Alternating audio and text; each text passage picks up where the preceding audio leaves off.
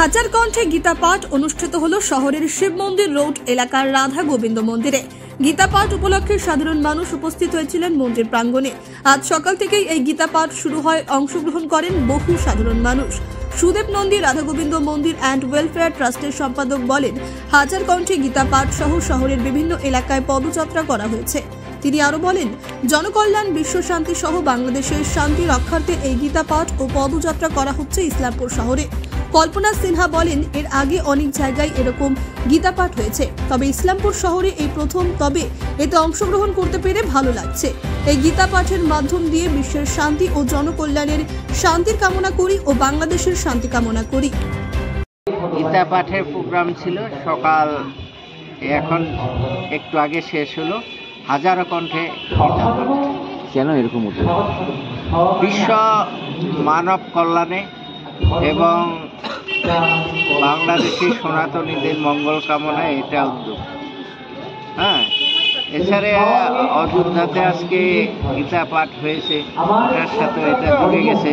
মানে এটা আগে থেকে প্রোগ্রাম ছিল না, হঠাৎ করে প্রোগ্রামটা হয়েছে। আজকে শেষ দিবস, এখানে পঞ্চদিবসীয় ভাগবত কথার আজকে সমাপ্তি দিবস। এই জন্য গীতা পাঠের আয়োজন করেছে হাজারো কণ্ঠে। তাছাড়া একটু পরে আমাদের পদযাত্রা হবে। এই উপলক্ষে আমাদের শহর পরিক্রমা করব। আর গীতা এমন একটা এটা ধর্মগ্রন্থ বললে ভুল হবে। গীতা মানব জাতির মানব কল্যাণে উৎসর্গিত হয়। গীতাকে যদি আমরা পাথে করে চলি, এটা কথা মতো চলি, শুধু হিন্দুরা না, সবাই বিশ্ব মানব এর লাভ করতে পারে, কল্যাণ হতে পারে। আপনার নাম? সুদেব নন্দী। আপনার এখানকার সম্পাদক শ্রী শ্রী রাধা গোবিন্দ মন্দির অ্যান্ড ওয়েলফেয়ার ট্রাস্ট। একটু জোরে বলবেন। হ্যাঁ, সবার আগে আমি রাধে রাধে বলবো এবং এই মন্দির কমিটির সম্পূর্ণ সদস্যকে আমি অশেষ ধন্যবাদ জানাবো। কারণ এখানে হাজারো কণ্ঠে যে গীতা পাঠ হয়েছে, এটা খুবই দরকার ছিল। হ্যাঁ, এর আগে লক্ষ কণ্ঠে অনেক জায়গায় হয়েছে, কিন্তু আমাদের ইসলামপুরে প্রথম এইবার এই মন্দির কমিটির জন্য আমরা হাজারো কণ্ঠে গীতা পাঠ আমরা করার সুযোগ পেয়েছি।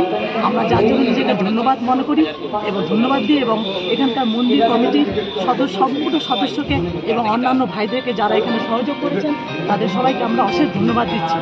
এবং এই হাজারো কণ্ঠে গীতা পাঠ আমাদের সনাতন ধর্মের জীবনে খুবই জরুরি এবং ইয়ং জেনারেশনের জন্য খুবই জরুরি। কারণ আমরা যদি গীতা সম্বন্ধে আমাদের যদি জ্ঞান না থাকে, তাহলে আমরা ভবিষ্যতে অনেকখানি পিছিয়ে পড়ব।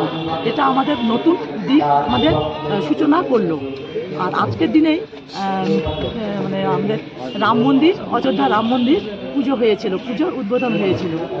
আর কি বলবো, এই এতদিনে যে পাঁচ দিন ধরে যে হচ্ছে, আজকে সমাপ্ত দিন, আমরা খুবই খুশি, খুবই ভালো লাগলো।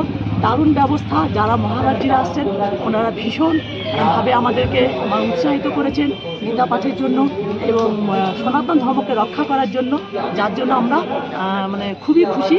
হ্যাঁ, আমরা নিজেকে খুব ধন্যবাদ মনে করি। এরকম যেন মাঝে মধ্যে আমাদের ঈশ্বরপুরে যেন এ ধরনের যেন হতে থাকে সব রকমের ব্যবস্থা এ ধরনের সনাতন ধর্মীদের জন্য। এবং দুঃখের সঙ্গে আমরা এটাই বলবো যে আমাদের বাংলাদেশ তো আমাদেরই একটা অংশ। সেখানকার যারা আমাদের সনাতন ধর্মের ভাই বোনেরা আছেন, তারা খুবই কষ্টের মধ্যে আছেন। আমরা অবশ্যই চাইব তাদের জন্য কামনা করব, শুভ কামনা করব, তারা যেন সবাই ভালো থাকেন এবং সনাতন ধর্মকে আমরা সবাই যেন টিকিয়ে রাখতে পারি, সেটার জন্য আমরা সবাই সর্বচেষ্টা চালিয়ে যাব। আপনার নাম? আমার নাম কল্পনা সিনহা। ইসলামপুর থেকে দেবব্রত চক্রবর্তীর রিপোর্ট, কুলিক নিউজ।